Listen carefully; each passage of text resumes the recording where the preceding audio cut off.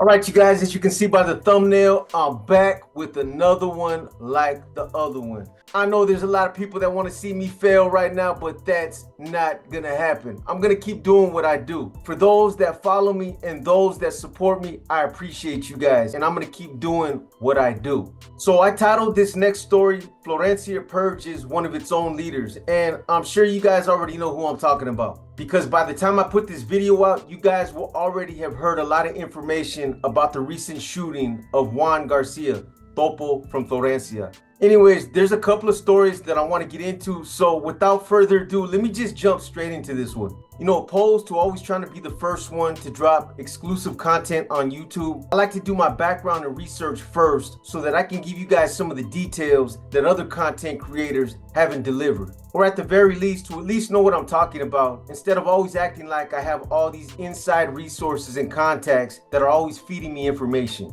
Anyways, Florencia is a street gang that I've covered extensively before in the past, and it's one of those neighborhoods that's always in the mix. And of course, that's based on the fact that some of its more influential members, such as Arturo Castellanos, Tablas, his late brother, Braulio Castellanos, Bavo, and Juan Garcia, Topo, are all made men within the Mexican Mafia. There's quite a few gangs in Southern California that are directly tied into the Mexican Mafia through some of these gangs' members that have elevated their status and have become members. But Florencia has been connected with these three at the helm for many years. And because of Florencia's expansion and reach, it's considered to be one of a few transnational gangs that have subsets all across the nation. A lot of people that aren't familiar with Florencia's history don't know this, but these three have been so firmly cemented within this gang as its leaders that they're often referred to as Los Tres Reyes, or the Three Kings. There's actually a fourth up-and-coming individual named Leonel Laredo, Wizard,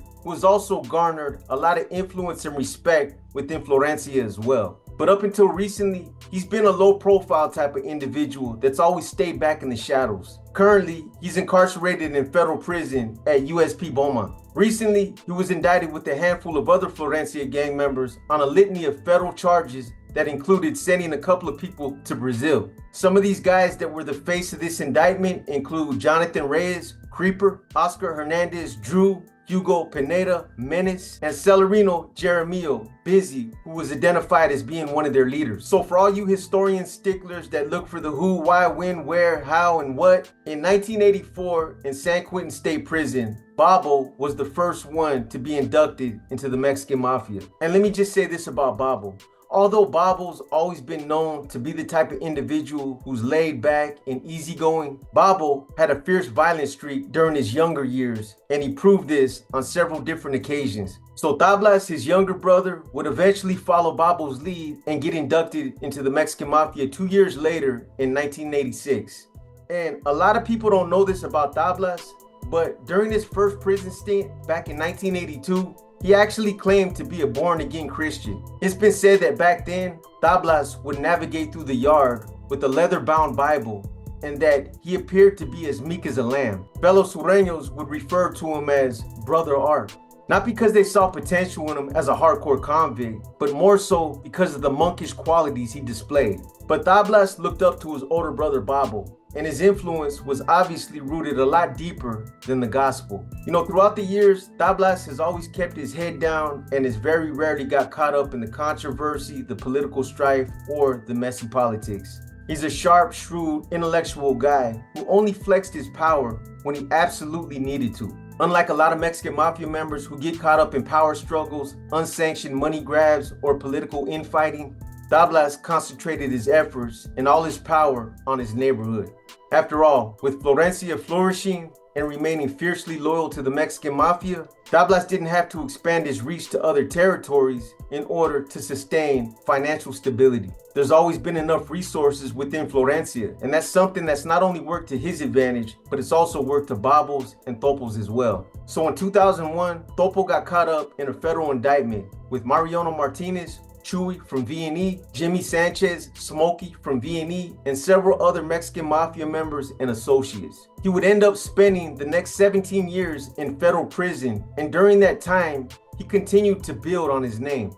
When he landed in Lompoc in 2003, he was convicted for inciting a riot. All this occurred when him and several other Sureños got drunk on Pruno, or as we called it, Pulque Pronto. And they basically decided that they were going to take a stand against some of the COs that they felt were singling them out. So this is how it all started. According to one of my sources, the COs had taken away a microwave and an ice machine that belonged to the Sureños.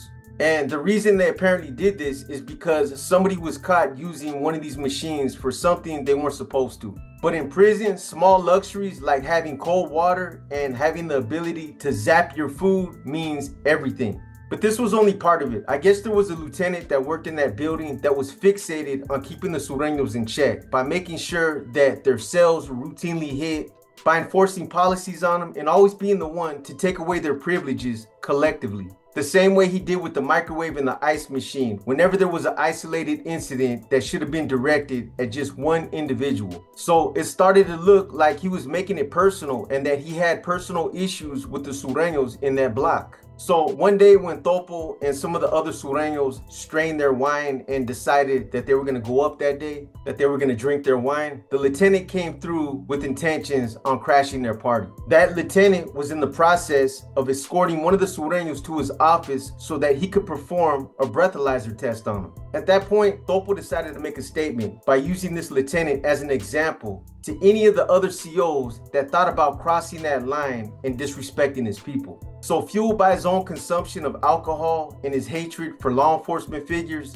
Topo stepped in front of this lieutenant and pushed him and demanded that he apologize to him for disrespecting him and his people. And Topo, he was obviously trying to humiliate this guy, knowing that this isn't something that a correctional officer, let alone a lieutenant, would normally do. To bow down to an inmate and make that type of apology would literally have destroyed that lieutenant's reputation. When the lieutenant refused to apologize, Topo said, "Denles en la madre," Spanish slang meaning to whoop somebody's butt. Yeah, like I got mine whooped in that ring. I know some of you were thinking that, so let's just go ahead and get that out the way. It's all good. It ain't that serious. Anyways, when Topo said that, this is exactly how it was interpreted. As if he had given a directive to the other Sureños to take flight on this lieutenant, because that's exactly what happened. As soon as he said it, a group of about 8 or 10 Sureños rushed the lieutenant and commenced to kicking, beating, and punching him. You guys want me to do it? You want me to do it? Beep, bop, brr, beep, bop, bop. Oh, my shoe. Brr, bop, bop, bop, bop. Look at B get whooped in there. Oh, B looks bad. The ropes hurt him. Oh, man. Ooh, damn, Butterbean. At least you didn't get knocked out, B. I'm laughing with you guys. I ain't taking it personal. It's not that serious. Anyways, after they laid this lieutenant out, Topo then broke all the glass windows out in that module. He destroyed the TVs, the vending machines, and anything else in there that wasn't tied down. Then, with the assistance of the other Sureños, they barricaded themselves in that module by using washing machines, tables, chairs, and anything else that they could use to put against the doors. At that point, it was straight pandemonium.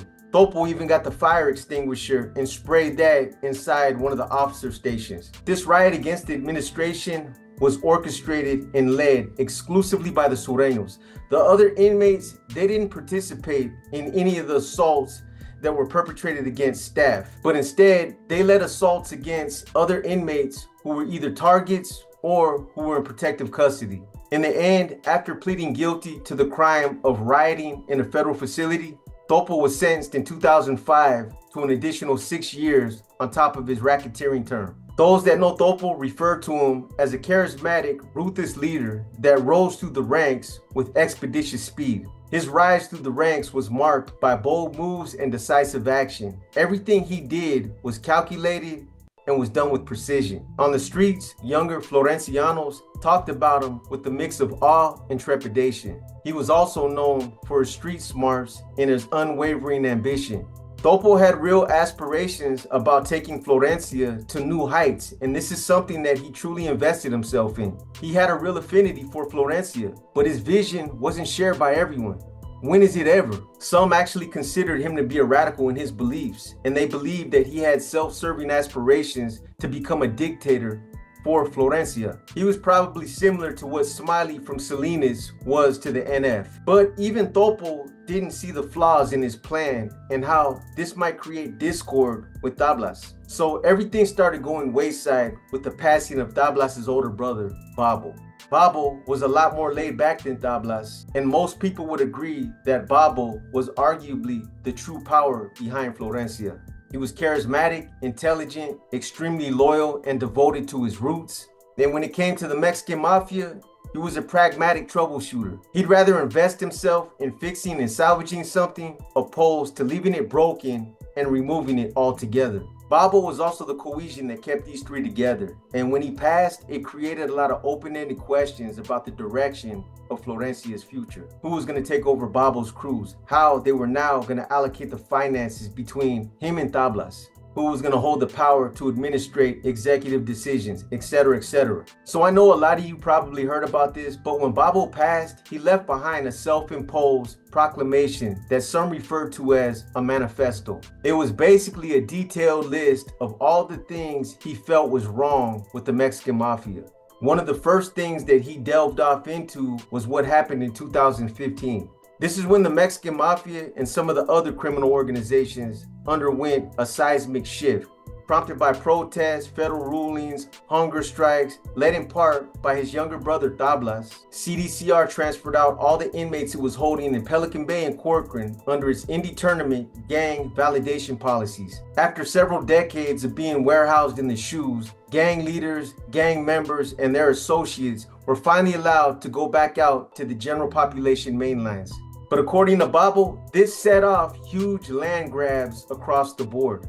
He referenced the Mexican Mafia members that were fortunate enough to be on the first few waves to be let back out. He said it became first come, first serve, and greed was on full display for everyone to see it. Unfortunately for Babo, he was let out during the last few waves, and by then, he said everything was taken because whoever got out first, they laid claim to vast territories. And according to him, none of them offered him a thing. He was forced to fend for himself and to basically find his own resources. But this is a position a lot of us can relate to because whether it was through our wives, our families, an old lady, a friend, a lot of us back there in the shoes, we had to fend for ourselves. The money that's generated from the streets, it just doesn't get divvied up and shared with everyone. Those are just facts. So Babo then expounded on the current state of affairs, riven by infighting, and how the larger percentage of financial expenditures were being allocated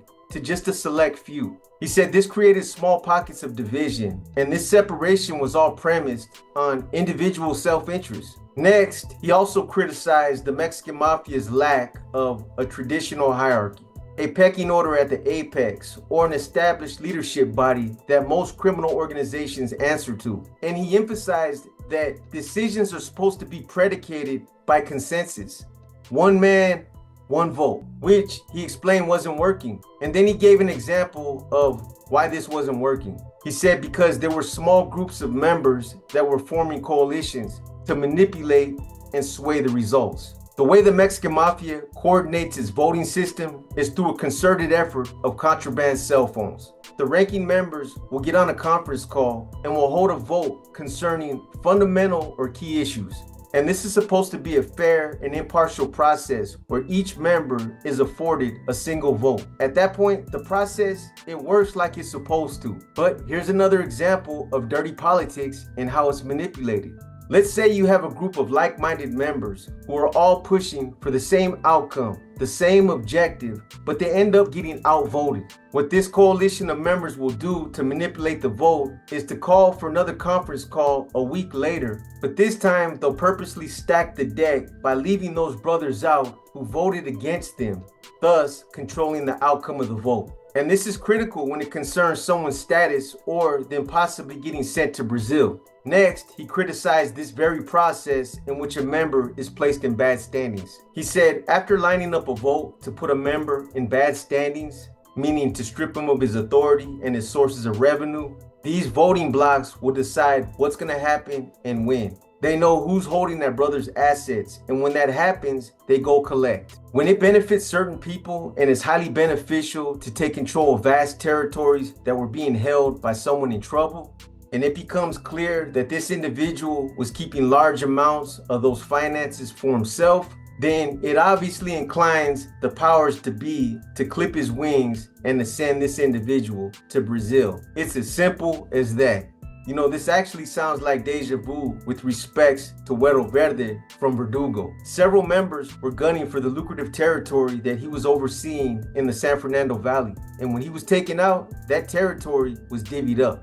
The barrios, the casitas, the dispensaries, etc., that become available are gone through first by those holding the votes. Babo also expounded on the fact that any member that's placed in bad standings must be taken out. And he scoffed at the idea of telling someone to step down. And he utilized Popeye from Harpies as a prime example. After being accused of being an informant behind dry statements he made, Babo pointed out that it was agreed upon that Popeye didn't make those statements intentionally or with malice, and that he would remain in good standings.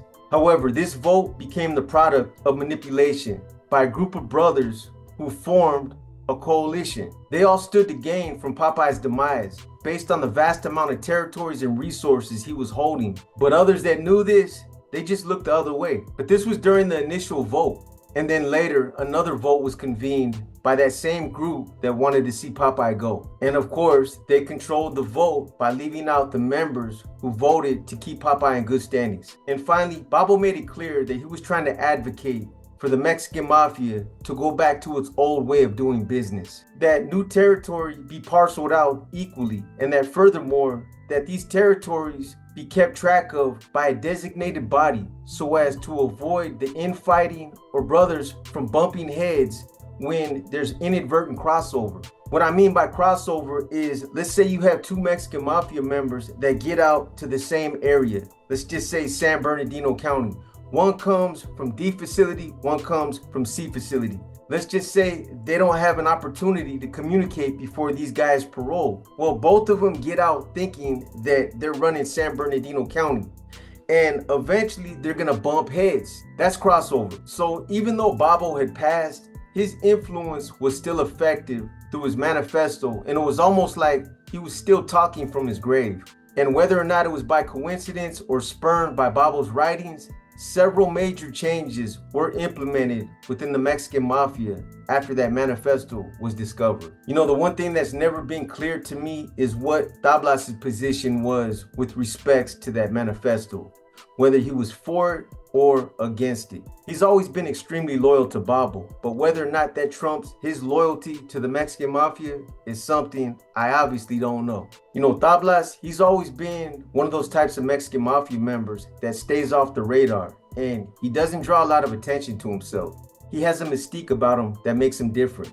And I believe this is what's kept him out of a lot of the controversial issues that a lot of the other Mexican mafia members are always at the center of. You know, some might interpret this as him being a non-factor, or that he's just not a part of those leadership circles that are always being talked about. Unfortunately for Topo, this might have been an assumption that he also made himself. Maybe he felt like he could take over Florencia and that he could assert his control over all the street crews, and that he wouldn't get any pushback or resistance from Tablas. That Tablas wouldn't protest this, and that he wouldn't offer up any resistance based on him always being perceived as a meek and humble type of individual. According to one of my sources, who I'm now going to refer to as Trigger, that's exactly what happened. Because again, Tablas is one of those type of Mexican mafia members that you very rarely hear anything about. But what's crazy is that Topo knows Tablas a lot better than most of us do. He shared the helm with Tablas for years, and if anyone knows that Tablas can be a very shrewd,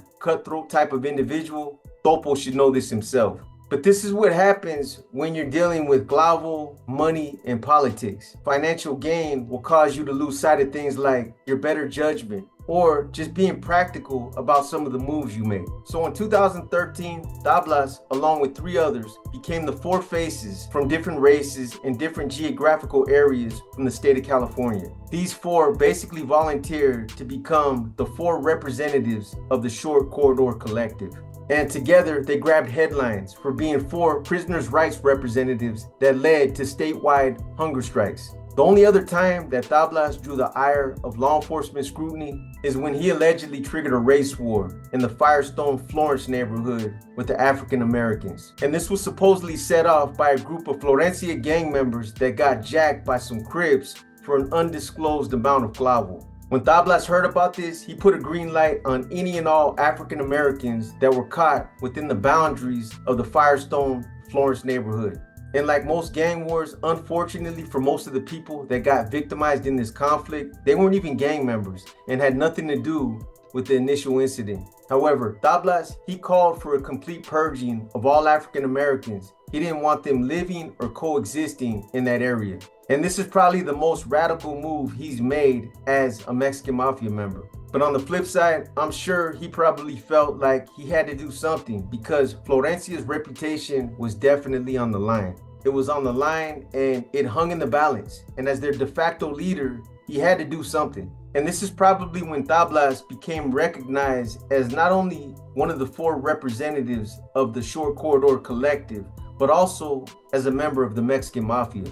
So after Topo paroled from federal prison and he hit the streets, he apparently brought back a big ego with him. He was a Mexican Mafia member who had garnered a lot of power and influence over the years, and now he was about to cash in on this and generate some money on the streets. Trigger said that when Topo came home, he was getting the red carpet treatment from anyone from Florencia. They all catered to his needs and everyone was looking out for him. Youngsters were handing him small loaves of money. They were giving him bags of startup clavo. Whatever he needed to help him jumpstart his operations, the Florencianos had his back. He was a big homie, so he had that respect coming, and he languished in this and took full advantage of it. And Florencia is one of those tight-knit type of gangs that stick together and they strongly believe in the family dynamic.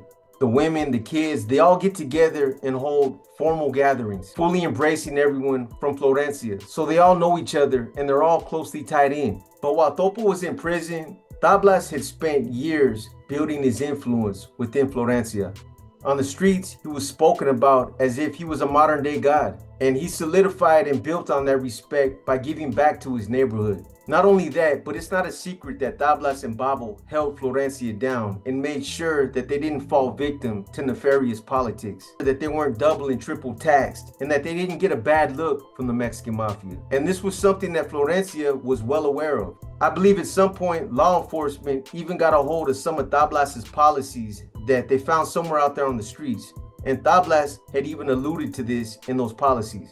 Tablas, he just became one of the faces of Florencia. And even though a lot of these youngsters knew who Topo was by name, by him being mentioned out there on the streets, he had solid crews working under him. And some would even say that after Babo's passing, his influence and their loyalty to Tablas became even stronger. So according to Trigger, Topo seemed to think that he was betterly suited to run Florencia since he was on the streets and since he could work directly with them. He felt like Tablas couldn't run Florencia the way he should and that he wasn't capable of pushing them to their fullest of potential.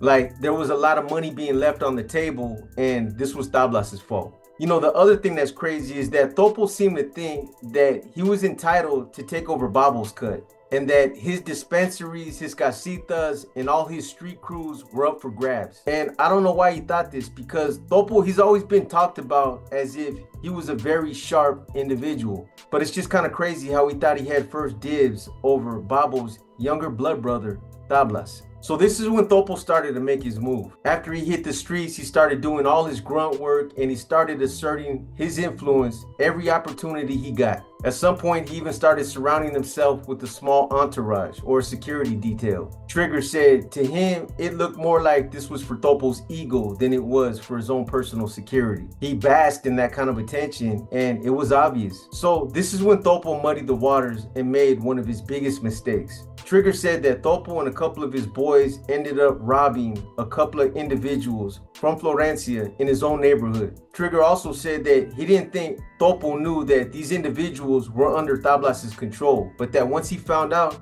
he made no effort to clear the air. So after he jacks these guys, he ends up moving out of his neighborhood to San Bernardino. I don't know if he had close calls with Tablas's crew or how he found out, but he said he definitely knew they were after him and he moved out of his neighborhood. So I don't know, maybe he was smoking some of that good stuff out there, but it was also at this time that he starts making a strong push towards taking over not only Babo's crews, but also the crews that were under Tablas as well. And not to get off track, I understand how a lot of the politics work, but this is something that's never really been clear to me. There's different channels and there's set protocol for whacking NF members that violate certain policies or other rules that all NF members are held accountable to. But I don't know what the Mexican Mafia's protocol is for something like this. However, whatever it is, I'm sure Tablas had already put it in motion. My guess is that he jumped on a conference call, laid out everything that Topo was doing out there on the streets, and then they obviously held a vote with respects to Topo's fate. But again, this precedent, it's unclear to me. Based on the fact that stepping on each other's toes or vying for the same territory is a common, reoccurring problem that the Mexican Mafia is always encountering. I guess it all comes down to how territory is meted out and what the protocol is for avoiding this when it happens. But it's definitely something that I've seen play out many times before in the past. Several Imeros paroled to the same area, the infighting starts, and then somebody ends up in bad standings. You know, the other thing that put Topo at a huge disadvantage with Tablas is the fact that Topo paroled from the federal system and wasn't firmly tied in with the state faction. Therefore, Topo kind of operated outside of the state faction's network and wasn't plugged directly in with them. And don't get me wrong, the state and federal factions have worked together harmoniously before in the past, but there's still a lot of bad blood out there and it's a fragile relationship. So fast forward to the day that this incident happened. According to Trigger, Florencia was throwing a birthday party for one of their older homegirls at the Veterans of Foreign Wars Hall on Valley View Avenue in La Mirada. So there was probably around 50 or 60 people at this party, and most of them were either from Florencia or they were relatives of those that were attending the party. Who knows why Topo thought he was welcome there, especially based on the fact that he knew people were looking for him, but he ended up showing up with a small entourage nonetheless. And if he didn't have a clue that he was walking into a bad situation after he got there, then he definitely should have been able to figure it out not long after, because Trigger said the tension was thick. So unbeknownst to Topo, by the time this party took place, the Mexican Mafia had already sanctioned a green light on him. At any rate, he pulls up to this party expecting to be embraced and expecting to be given the red carpet treatment, even in light of the fact that all the warning signs were right there in front of him. You know, his mistake was underestimating Tablas and his reach on the streets. Because again, these guys that worked under him were fiercely loyal to him, and Topo was about to find that out. So according to Trigger, when Topo pulled up, some of the older members that had a lot of influence from Florencia and that knew what time it was with Topo, they slowly began to send people home and away from the party. They obviously knew they were about to hit him, so it's understandable why they didn't want their loved ones or their family members around when it happened. You know, the other thing that Trigger said was this, and before I say this, I usually won't repeat something like this unless I see the paperwork first. But apparently this is something that's already been out there for quite some time, and I did look into it. So Topo's own homeboy said that the main reason why they hit him had nothing to do with Tablas or him trying to take over Florencia. All that stuff was second string. The primary reason why they said they got him is because he's a registrant on Megan's Law, and that this is something that should have been taken care of in federal prison. So Trigger said that Topo got caught completely off guard. And as I'm sure you guys have already heard by now, there was an individual named Eric Ortiz that was part of Topo's security detail who apparently attempted to come to Topo's aid and who was shot and sent to Brazil as a result. Topo, on the other hand, got lucky and survived the hit. He was taken to a nearby hospital with critical injuries, but as it looks now, he's gonna survive. You know, I'll be honest with you guys. I was shocked when I heard that he was registered on Megan's Law, because this was something I didn't know nothing about. But once I became aware of it, I was able to do my own research, as any one of you can do yourselves. It's easy to look up somebody by name and they'll pop up. But what's crazy and kind of mind-blowing is that something like this didn't catch up to him a lot sooner. Megan's Law is a public platform. It's something that it's out there. You know, to kind of recap this, I personally believe that the issues with Topo trying to take over Florencia and stepping on Tablas's toes was the catalyst that got the ball rolling. This is what got him the bad look, and this was the reason for giving him negative attention. But once he drew that scrutiny and put himself in the crosshairs, I think the Megan's Law stuff became the clear-cut justification for taking him out. Anyways, I know this was a short one, but I have several other stories that I want to get out to you guys, so I'm going to close this one up. But on a closing thought, although I haven't seen too many people from my former lifestyle, either friend or foe, end up on Megan's Law, when it happens, it's usually for a legitimate reason. One of the common excuses or explanations that they'll try to give to justify being on there is that they were involved in a consensual relationship with a 17-year-old when they were 18, or because they got caught urinating in public. At first, I didn't believe it, but believe it or not, these two things will get you put on Megan's Law. But like I said, the good thing about Megan's Law is that it's a public platform and anybody can go on there and search somebody's name. I ran Topol and I'll just say the results were mind-blowing. You know what's even more surprising than his charges is the fact that he still try to continue to slide through the cracks, especially when there's that kind of information floating around that's that easily accessible. That's just crazy. Either he's really not that sharp or he just thought nobody would ever recognize him. And then again, on the flip side of this, one of Topol's biggest mistakes was underestimating Tablas and his ability to maneuver within the deadly game of Mexican mafia politics. Just because someone's laid back and appears to be a humble type of individual doesn't mean they lack the ability to survive and protect their investments. Quiet ones are usually the ones to watch out for. And Tablas, he's been down on a hot one since 1979. So he's been thriving behind the walls for close to 40 years. And that in itself says a lot about the type of individual he is. So now that two of the three kings from Florencia are no longer at the helm, Tablas will now rightfully lead Florencia 13 by himself, without interference or political jostling. And in light of everything that's happened, I doubt that anyone will attempt to dethrone Tablas or test his political power within Florencia for a long time coming. I hope you guys have enjoyed this episode of Paradigm Profiles. If you guys like this episode, give it a thumbs up. If you didn't like this episode, give it a thumbs down. But either way, drop a comment and let me know what you think. As always, I want to thank those of you who continue to show your unwavering support and for just continuing to remain loyal viewers. As I've said many times before in the past, without you guys, this channel would cease to exist. You guys enjoy the rest of your week. With that said, this is your boy B, and I'm gone.